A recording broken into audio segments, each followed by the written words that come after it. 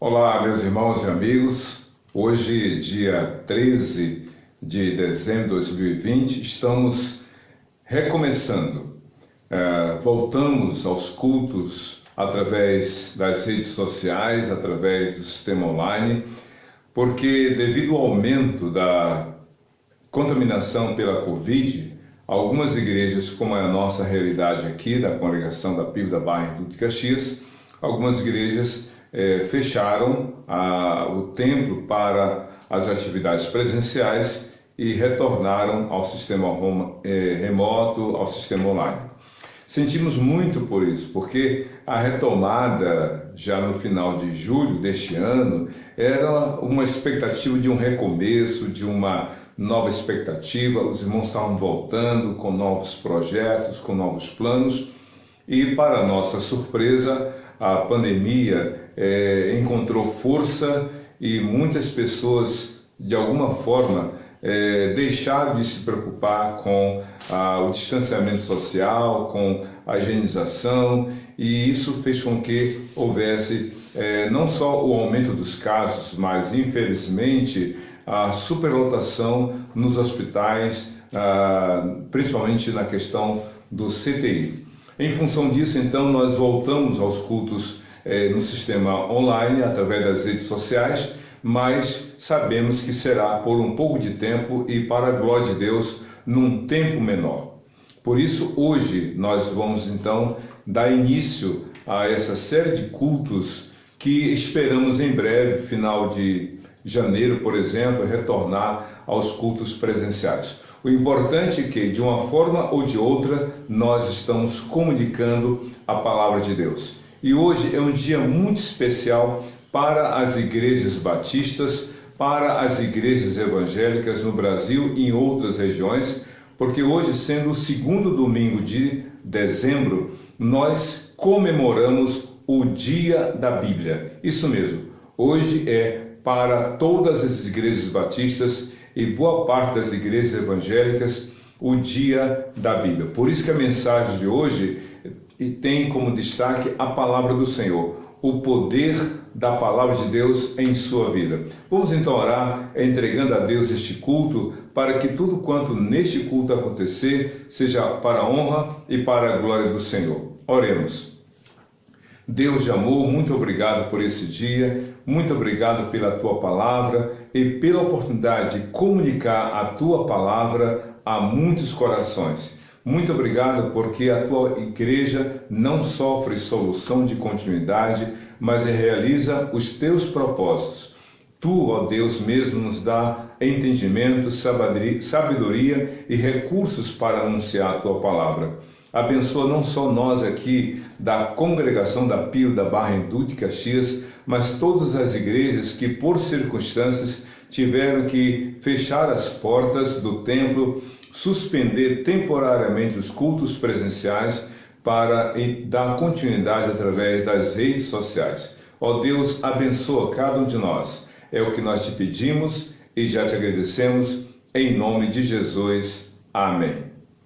Nós vamos ter daqui a pouco um momento de intercessão, porque a gente ora não como uma espécie de obrigação dentro de um culto, nós oramos porque entendemos que é necessário. Jesus mesmo disse que nós devemos buscar a Deus. A Bíblia diz lá em Jeremias 29, versículo 13, e vocês me buscarão e me acharão quando me buscarem de todo o seu coração. Nós vamos orar e pedir a Deus, principalmente agora, pelo pessoal da área da saúde, porque se havia uma expectativa da diminuição do trabalho, se havia uma expectativa de uma diminuição da carga horária, das demandas dos doentes, para nossa surpresa, nós observamos um aumento assustador e o que a gente observa pelas redes sociais é o cansaço. Muitos profissionais da saúde, médicos, enfermeiros, técnicos, anestesistas e tantos outros profissionais, pessoal também da limpeza, da parte administrativa do hospital, não só estão se colocando numa condição de risco, mas estão exaustos. Vamos estar orando por eles, orar também pelos doentes, porque não só os que estão no CTI, na UTI, na unidade semi-intensiva, mas também os que estão na fila de espera, porque em muitos lugares desse Brasil e também em outros países há realmente uma superlotação. Então vamos orar, pedir a Deus por esses, pedir a Deus pelos seus familiares. Nós vamos orar também por você. Você tem algum pedido de oração? Você quer colocar diante de Deus alguma questão na sua vida? Então, feche seus olhos, cubra a sua cabeça. Vou repetir Jeremias capítulo 29, versículo 13. E vocês me buscarão e me encontrarão quando me buscarem de todo o seu coração. Vamos orar? Curva a sua cabeça, feche seus olhos. Se há alguém na sua casa, se você está com mais alguém na sua casa, convide essa pessoa, não a obrigue. Convide para estar com você nesse momento, para ela orar com você e vocês orarem pelos demais parentes e para os amigos e principalmente para os profissionais da saúde. E não só da saúde biológica, como a gente fala, mas da saúde mental também, porque é exaustão, é cansaço, é realmente uma grande dificuldade que todos estão enfrentando. Vamos orar ao Senhor. Deus, muito obrigado. Apesar de todas as dificuldades, nós queremos te agradecer, porque as coisas podem fugir ao nosso controle, mas não ao teu. Tudo está debaixo da tua autoridade e tu és sobre tudo e sobre todos. Oramos, ó Deus, nesses momentos em que algumas igrejas estão voltando às atividades remotas, às atividades online, às atividades através das redes sociais, porque para a proteção dos seus e de outros, essas igrejas tiveram que encerrar ou suspender provisoriamente, temporariamente, as atividades presenciais.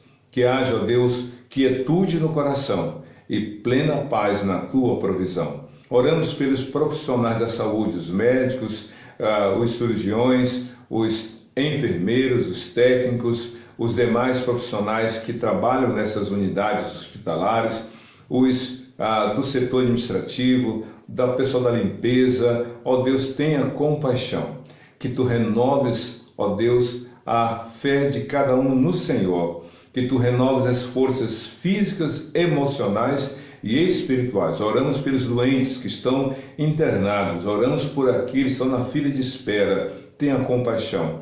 Tenha compaixão da cidade de Duque de Caxias, do estado do Rio de Janeiro, do Brasil e de outras nações, ó Deus, que sofrem do mesmo mal nessa pandemia. Tenha misericórdia de nós e fale, ó Deus, ao coração de cada um de nós pela tua palavra, pois oramos assim em nome de Jesus. Amém.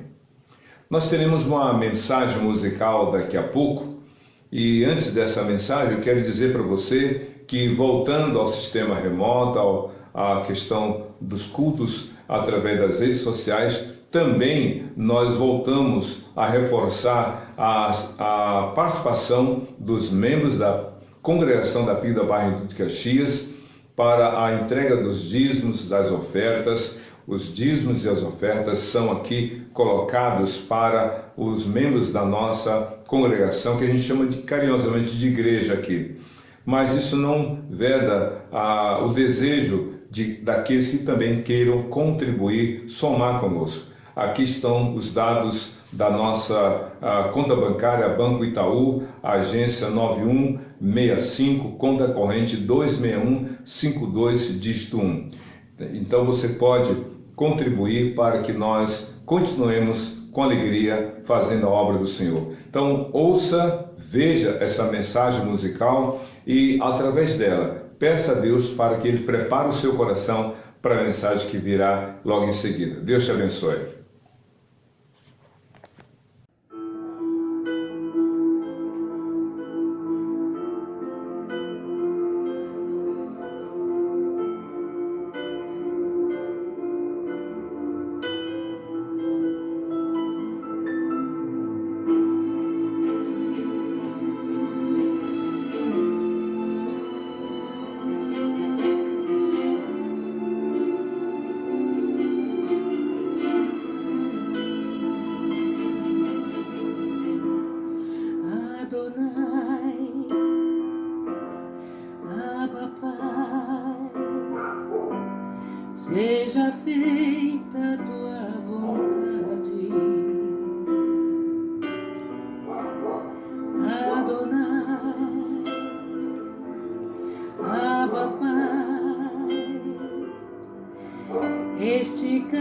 cálice eu vou beber.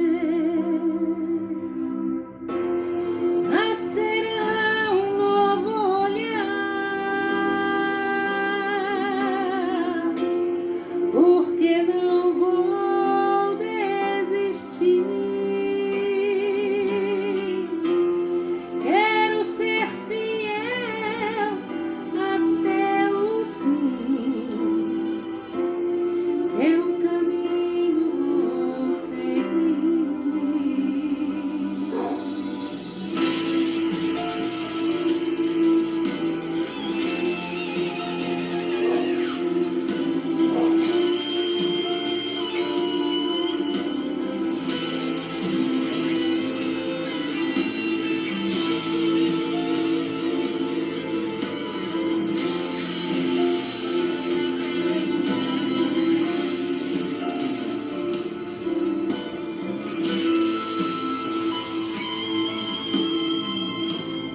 Adonai, Abba Pai, seja feita a tua vontade. Adonai, Abba Pai, este cálice eu vou beber, eu vou beber. Nascerá um novo olhar, porque não vou desistir. Quero ser fiel até o fim. Teu caminho eu vou seguir.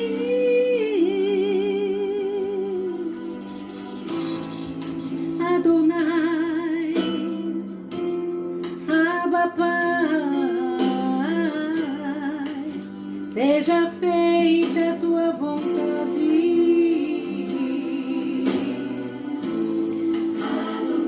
Adonai,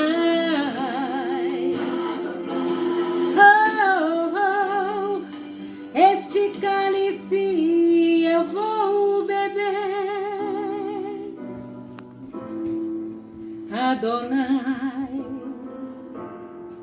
Abba Pai, seja feita a tua vontade. Adonai, oh Adonai, Abba Pai, este cálice eu vou beber. Amém. Glória a Deus. Muito bem, meus irmãos e amigos, certamente Deus falou ao seu coração, preparando para a mensagem que agora vamos ter. Então, quero convidá-lo a abrir sua Bíblia no livro de Hebreus, capítulo 4, versos 12 e 13. Apenas 2 versículos. Hebreus 4, versos 12 e 13, que diz assim a palavra do Senhor: Pois a palavra de Deus é viva e eficaz, mais afiada que qualquer espada de 2 gumes. Ela penetra até o ponto de dividir alma e espírito, juntas e medulas, e julga os pensamentos e intenções do coração. Nada em toda a criação está oculto aos olhos de Deus. Tudo está descoberto e exposto diante daquele ou dos olhos daquele a quem havemos de prestar contas. Esse texto da palavra de Deus é muito interessante porque fala exatamente sobre a palavra de Deus.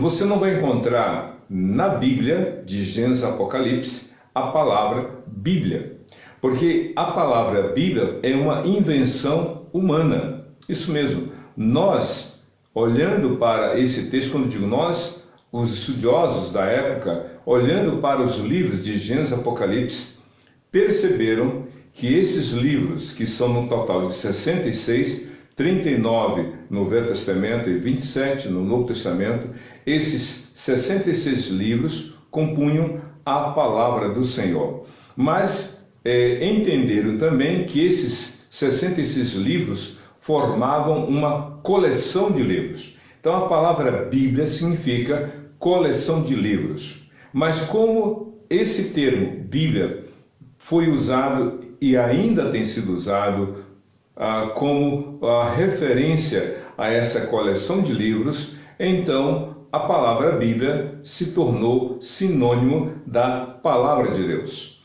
Então, na Bíblia você vai encontrar várias expressões como escrituras sagradas, como mandamentos do Senhor, etc, etc. Mas uma coisa interessante que devemos entender, que a Bíblia não contém a palavra de Deus. Isso mesmo, a Bíblia não contém a palavra de Deus. A Bíblia é a palavra de Deus. Isso mesmo, a Bíblia é a palavra de Deus. Por que eu estou dando ênfase? Porque algumas pessoas, de alguma maneira, tentam diminuir o valor da palavra de Deus. E, tentando diminuir esse valor, também querem comprometer o propósito da palavra de Deus. Então, a Bíblia, de Gênesis a Apocalipse, é a palavra de Deus, no sentido de que aquilo que Deus desejou que nós conhecêssemos, nós passamos a conhecer através da palavra de Deus, a Bíblia, que no Novo Testamento é referida ao Velho como Escrituras Sagradas. Mas sabemos que a Bíblia toda é a palavra do Senhor. Não só sabemos, como nós cremos. Outra coisa interessante que deve ser colocada aqui em evidência é que sem a Bíblia nós não iríamos conhecer. Sem a palavra de Deus, nós não teríamos conhecimento daquilo que hoje nós sabemos. Sem a Bíblia, nós não iríamos saber sobre a origem da criação, sobre a origem do homem, sobre o propósito de Deus para o homem, muitas coisas que hoje sabemos sobre o pecado, sobre a condenação que o pecado trouxe para a humanidade, sobre céu e inferno, sobre a salvação, sobretudo sobre o amor de Deus por nós em Cristo Jesus. Se não fora a Bíblia, nós não iríamos conhecer. Outra coisa interessante é que essa palavra de Deus, a Bíblia, é realmente poderosa. E é nesse ponto que aqui quero destacar. O poder da palavra de Deus sobre a sua vida. A Bíblia, existem várias imagens, várias figuras que são utilizadas para descrever a palavra do Senhor. Como, por exemplo, bússola, martelo. Inclusive na Bíblia nós encontramos algumas expressões. Martelo que esmiuça a pedra, fogo que queima tudo que é ruim, como água viva e assim por diante. Então, mas Hebreus capítulo 4, dos versos 12 a 13, trazem em destaque algumas coisas importantes também sobre a palavra de Deus. A Bíblia é a palavra de Deus e essa palavra tem poder. Mas como assim? Vejam só Hebreus 4, versículo 12, que diz assim: pois a palavra de Deus é viva e eficaz. Aqui são dois adjetivos que estão qualificando a palavra de Deus. A Bíblia. Porque a Bíblia, ou melhor, porque a palavra de Deus é viva e eficaz. Se nós nos detivermos por alguns segundos, por alguns minutos sobre esses dois adjetivos, nós vamos perceber que de fato é verdade. A Bíblia é viva. A palavra de Deus é viva. Não é letra morta. Porque uma letra morta tem a ver com o passado. Uma letra morta tem a ver com uma história, com algo que ocorreu, que aconteceu, mas por ser letra morta, precisa de quê? De atualização, precisa de ajuste, de correção. A Bíblia não. A Bíblia não precisa ser atualizada quanto à sua mensagem. Ela pode sim ser, digamos assim, a tradução pode auxiliar na compreensão dos termos. Por exemplo, lá em Lamentações, o profeta escreveu: porque o Senhor é a minha porção. Talvez a palavra porção para você, para mim, não tenha muito sentido. Numa outra tradução tem a palavra porque o Senhor é o meu quinhão. E aí você mais porção, quinhão, o que significa? E aí numa terceira tradução diz assim, porque o Senhor é a minha herança, entendeu? Então a atualização tem a ver com a palavra que possa explicitar, que possa facilitar a compreensão da mensagem que está ali, mas nunca modificar. A atualização da grafia dos termos é para facilitar a compreensão da palavra e não para modificá-la. Se você ler, por exemplo, o livro de Esdras no Velho Testamento, você vai perceber que quando houve o retorno dos hebreus para a terra prometida, para a capital Jerusalém, que era a capital do Reino do Sul, a Bíblia diz que Esdras leu a palavra, mas alguns que tinham nascido na Babilônia perderam, a compreensão da língua hebraica, dos termos, dos significados. Então diz a Bíblia que enquanto Esdras lia, os demais escribas estavam traduzindo, explicando os termos para aqueles que haviam nascido no Império ou na Babilônia e que estavam desconectados dos termos da língua hebraica. É nesse sentido que a gente vai atualizando a terminologia para que haja compreensão do significado. A Bíblia nunca será atualizada quanto à sua mensagem. A sua mensagem é a mesma. Cristo foi muito claro quando falou em Mateus capítulo 24, verso 35. Os céus e a terra passarão, mas as minhas palavras jamais passarão. Então a Bíblia é viva. É viva porque Deus falou ontem, Deus fala hoje e Deus falará amanhã. Então Deus fala ao seu coração hoje. Ela é viva. A palavra de Deus é tão poderosa que quando a pessoa lê, ela é impactada por essa palavra. No texto de Romanos, capítulo 10, verso 17, Paulo escrevendo àquele povo lá em Roma, disse, porque a fé vem pelo ouvir e ouvir a palavra de Cristo, ou a palavra de Deus, dependendo da tradução. Ou seja, quando você ouve a palavra, algo acontece no seu coração de forma que a fé realmente é presente na sua vida. A fé vem de Deus. Ninguém nasce com fé. A fé é resultado da sua vida e contato com Deus através da sua palavra. Então, essa palavra é viva. Você pode lê-la. Não existe aqui nenhum texto, nenhuma gravura. Não precisa. A Bíblia de Gênesis e Apocalipse não tem imagem. Sabe por quê? Porque a imagem é um reducionismo da mensagem. A Bíblia traz o texto e é através do Espírito Santo que você vai entender o que foi revelado. É interessante isso. A palavra de Deus é viva. Então a Bíblia, a palavra de Deus é poderosa porque ela é viva. Ela fala para crianças, para adolescentes, para jovens, para adultos, para pessoas da terceira idade. Eu soube de um senhor de 92 anos. Olha, quase 100 anos de vida. Esse homem, quando ouviu a palavra, reconheceu-se pecador e abriu seu coração para Jesus e com 92 anos foi batizado. Já faleceu, mas antes de falecer, teve contato com a palavra, creu em Jesus e realmente foi batizado, dando testemunho de sua fé. Então a palavra de Deus é viva.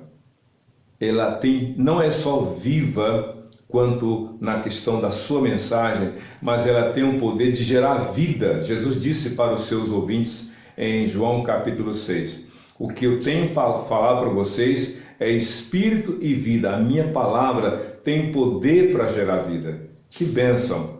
Podemos então olhar para a palavra, ler a palavra e ver que ela é atual. Deus falou, Deus fala e Deus continuará falando ao nosso coração pela palavra. Mas aí o segundo adjetivo que qualifica essa palavra, a Bíblia diz assim, o escritor de Hebreus 4:12, ela é viva e eficaz.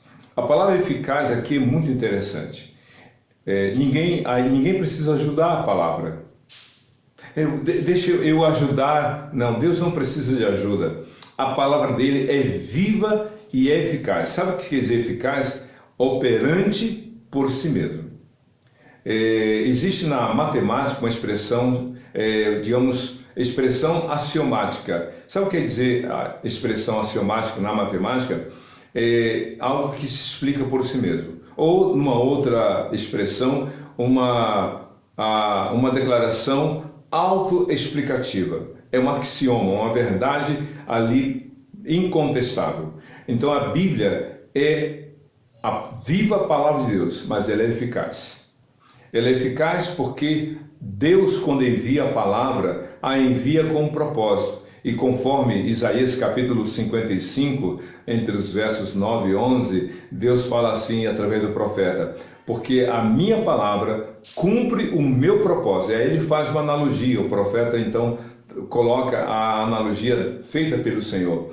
A água que desce através da chuva para a terra, rega a terra, ela não voltará para o céu sem que cumpra o seu propósito, que é regar a terra e dar condições da terra ter os seus frutos através das sementes que germinam. Assim, a minha palavra não voltará para mim vazia, mas cumprirá o seu propósito. Jesus tem poder para fazer na sua vida, na minha vida, a vontade dele, porque a palavra de Deus é poderosa.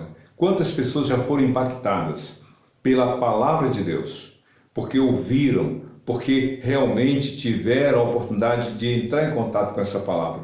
Mas outra coisa muito interessante, essa palavra é poderosa, porque Deus, por meio dela, sonda a mente e o coração de cada um de nós. Diz assim, Hebreus capítulo 4, verso 12, na parte B.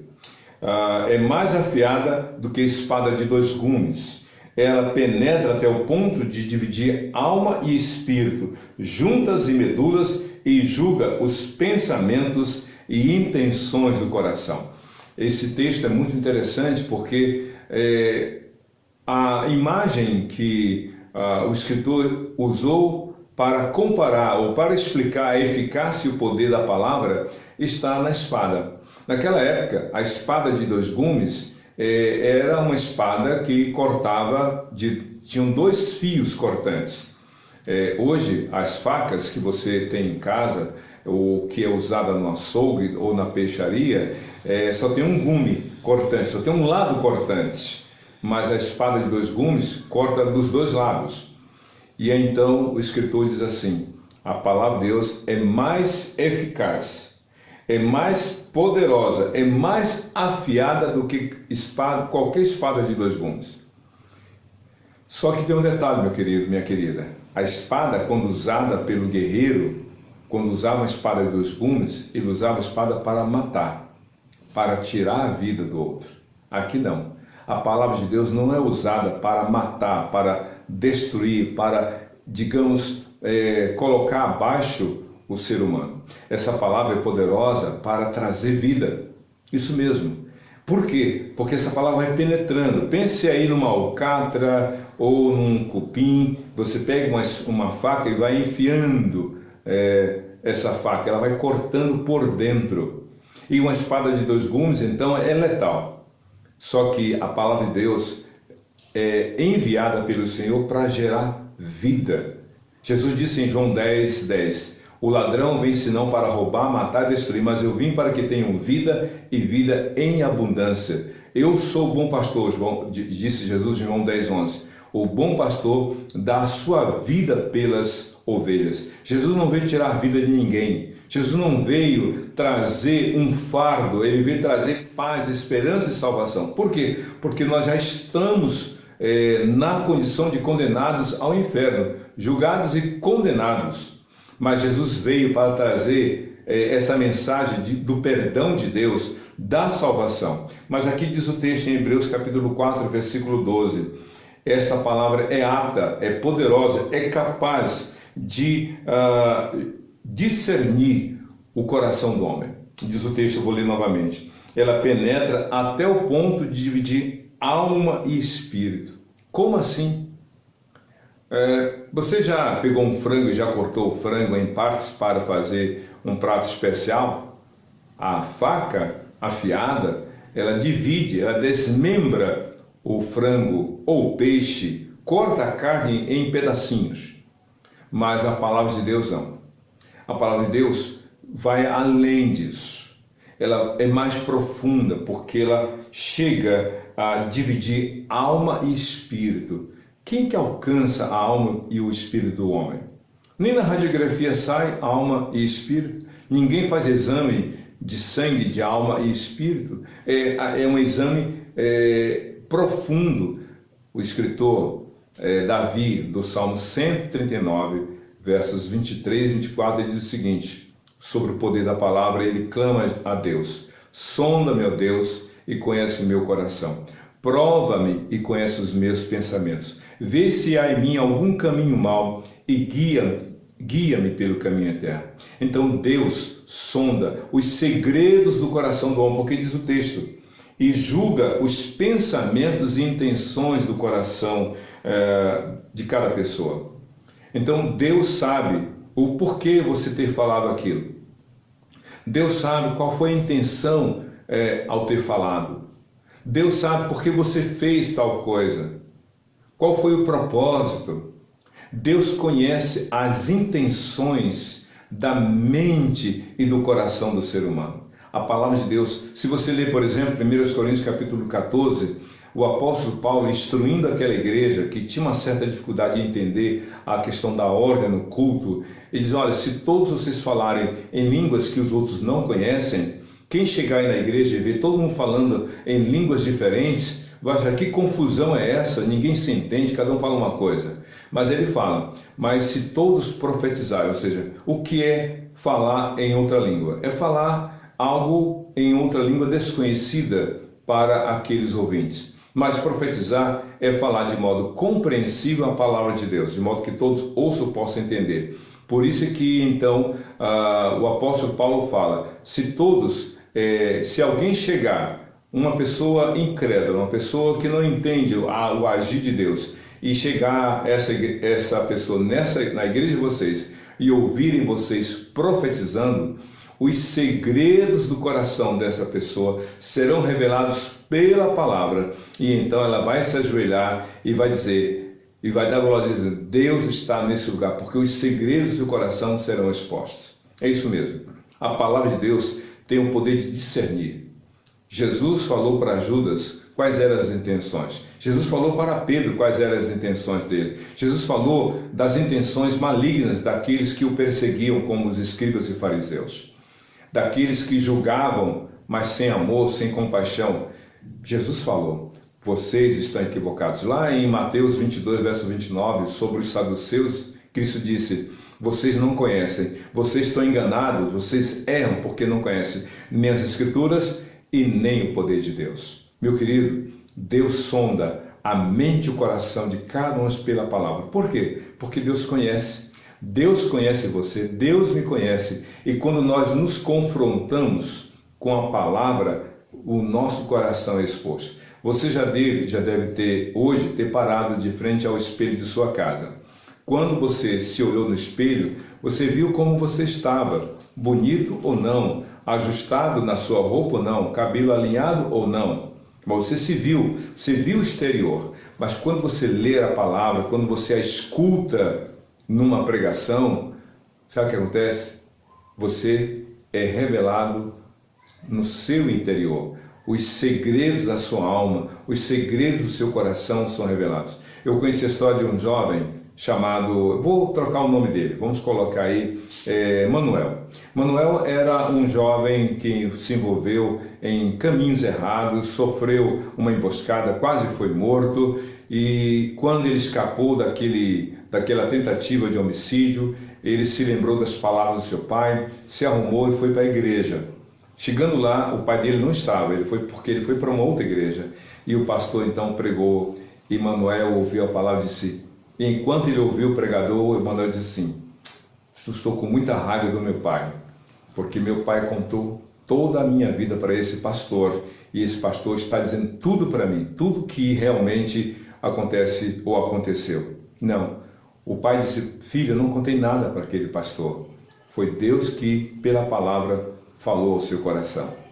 Quando Jesus foi até o poço ali de Samaria, havia uma mulher, e Jesus então dialogou com ela E aí chega um momento que Cristo falou o seguinte: mulher, vai buscar teu marido. Ela tomou um susto, imaginamos, e aí ele disse: Senhor, eu não tenho marido. E ele disse: sim, você falou a verdade nisso. Porque 5 maridos você já teve e esse 6º não é seu marido.